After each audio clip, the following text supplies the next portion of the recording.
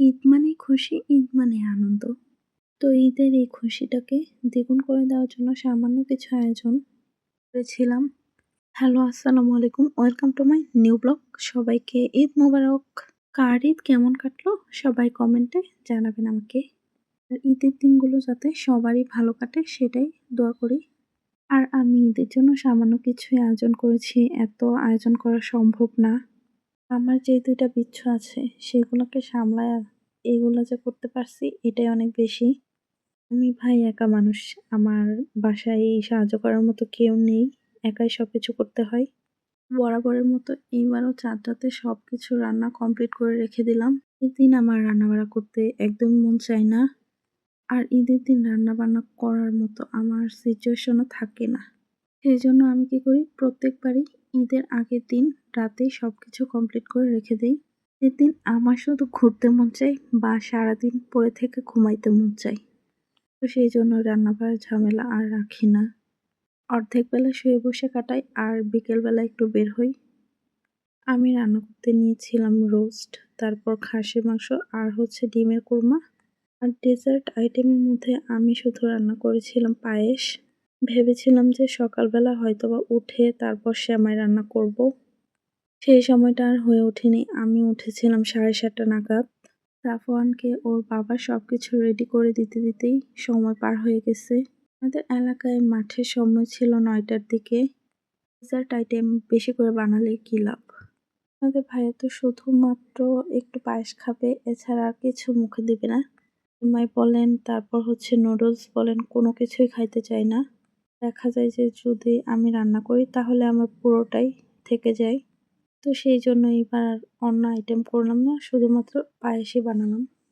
গতবার আমি হচ্ছে পায়েস রান্না করেছিলাম, শাহী সেমাই বানাইছিলাম, তারপর লাচ্চা সেমাই, বনফুল সেমাই, তারপর হচ্ছে নুডলস এইসব কিছুই রান্না করেছিলাম। শেষ করবেন না। শুধুমাত্র একটু ১ বাটি পায়েসও খায় নাই আপনাদের ভাইয়া। আর সবকিছু তো বাদই দিলাম।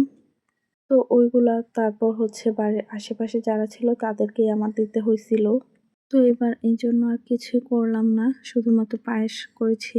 আর সাফওয়ান মুবাশিরা অনেক অনেক বেশি দুষ্টুমি শিখছে এখন। আর ওদেরকে নিয়ে সামলায়া এত কিছু করা অসম্ভব। রান্নাবান্নাটা কোনোমতে করেছি আরকি। যাদের এরকম বাচ্চা থাকে তারাই শুধুমাত্র বুঝতে পারবেন। আর এইদিকে আমার ডিমের অবস্থা পুরাই বাজে।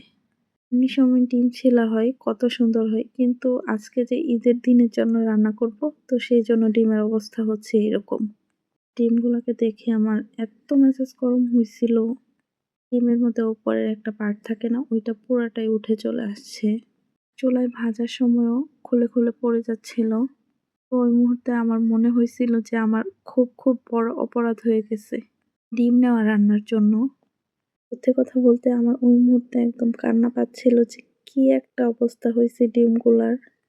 তো আমি মূলত নিয়েছিলাম হচ্ছে ডিমের কোরমা রান্না করতে, কিন্তু ডিমের অবস্থা তো ওই দিক দিয়ে কেরোসিন হয়ে গেছে। ওই মুহূর্তে ডিমগুলাকে দেখে আমার সত্যি, সত্যি অনেক কান্না পাইছিল। আমার বারবার মনে হয়েছিল যে কেন আমি ডিম রান্না করতে নিয়েছিলাম। কি আর করা, একবার যখন নিয়েছি শুধু ডিমগুলা নষ্ট করব সেই জন্য রান্নাই করে নিলাম। ডিমের কোরমাটা সত্যি কথা বলতে অসম্ভব মজা হয়েছিল। এদিক দিয়ে আমার ডিমের কোরমাটা রান্না হয়ে গেছে প্রায়। আমি এবার সবকিছু দুধ দিয়ে রান্না করার চেষ্টা করছি। প্রত্যেকবারই আমি পানি দিয়ে রান্না করি। তো ভাবছিলাম যে এইবার দুধ দিয়ে রান্না করব। আমার ঘরে প্রায় ৫ কেজির মতো দুধ ছিল। সেজন্য আমি সিদ্ধান্ত নিয়েছিলাম যে আমি ডিমের কোরমা আর হচ্ছে রোস্টের মধ্যে দুধ দিয়ে রান্না করব। দুধ দিয়ে রান্না করার ফলে আলাদা একটা ফ্লেভার এড হইছিল। খাবারগুলো সত্যি অনেক মজা হইছে। এই তো আমার রান্না কমপ্লিট হয়ে গেছে। সবকিছু কালারই মাশাআল্লাহ অনেক দেখতে সুন্দর হয়েছিল। তো এই ছিল ঈদের আয়োজন। আপনারা কে, কে রান্না করছেন কমেন্টে জানাবেন প্লিজ।